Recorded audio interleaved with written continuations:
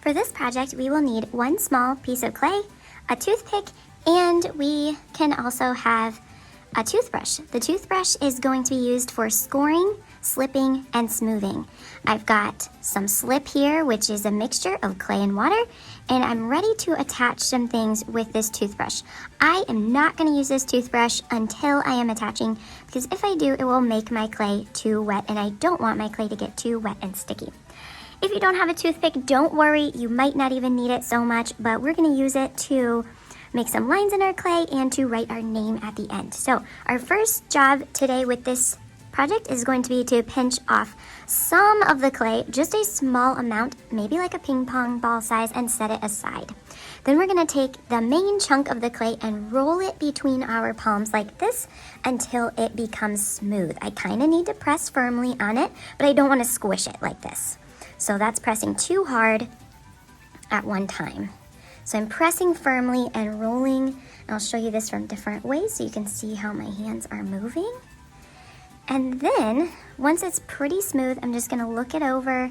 This clay is pretty sticky, so if I rub the clay, it's kind of pulling because it's very sticky. But if yours is really dry, you may have some cracks in your clay.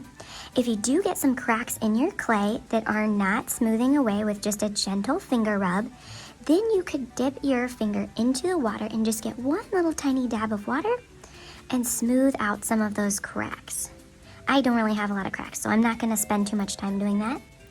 Now, the first thing I'm going to do is make a pinch pot. So I'm going to cup my hand around my clay and then take my opposite hand and press, not all the way through, but I need to make sure that I get in there pretty deep so that there's about this much thickness of clay between my thumb and the other end of the ball of clay.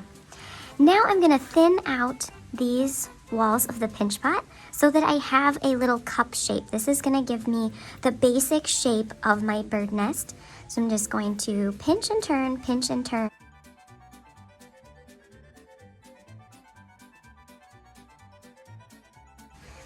All right, now I've got this basic cup shape.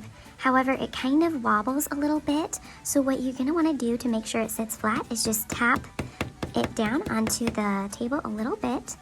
That way you have a nice flat base for your bird nest to sit on. Then I'm going to add some details. First thing I'm going to do is use the toothbrush to score and slip. I'm going to be adding some texture to the bird nest, and this is also going to be scoring and slipping so that stuff that I add on here will stick. So I'm just going to tap off the toothbrush so I don't get too much water and scratch the clay with the toothbrush. Okay, now I'm ready to work with tiny pinches of clay at a time. I'm going to take this pinch of clay and roll it gently between my hands to form a long, skinny piece. When we make something like this with clay that kind of looks like a worm or a snake, that is called a coil.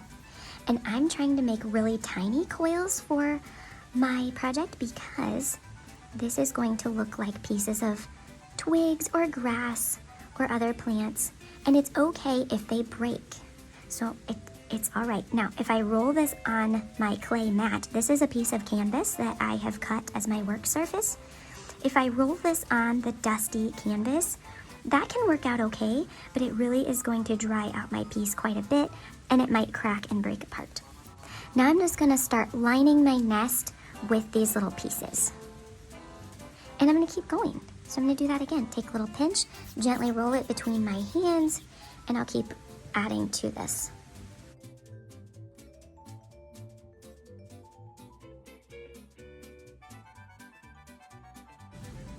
I can also use this tool to scratch some deeper lines into the clay. I can do that over top of these coils that I just made, or I could do it before I put the coils on, but I didn't really think to do that. So I'm just gonna scratch in the clay to give that bird's nest more texture. Here is a small bird's nest that is finished. This one used metallic crayons and also watercolor paint to decorate. So that's one way that you can decorate your work. Now, I've been saying bird's nest, but there are lots of creatures that have nests. What are some other creatures that might have a nest that could have laid these eggs.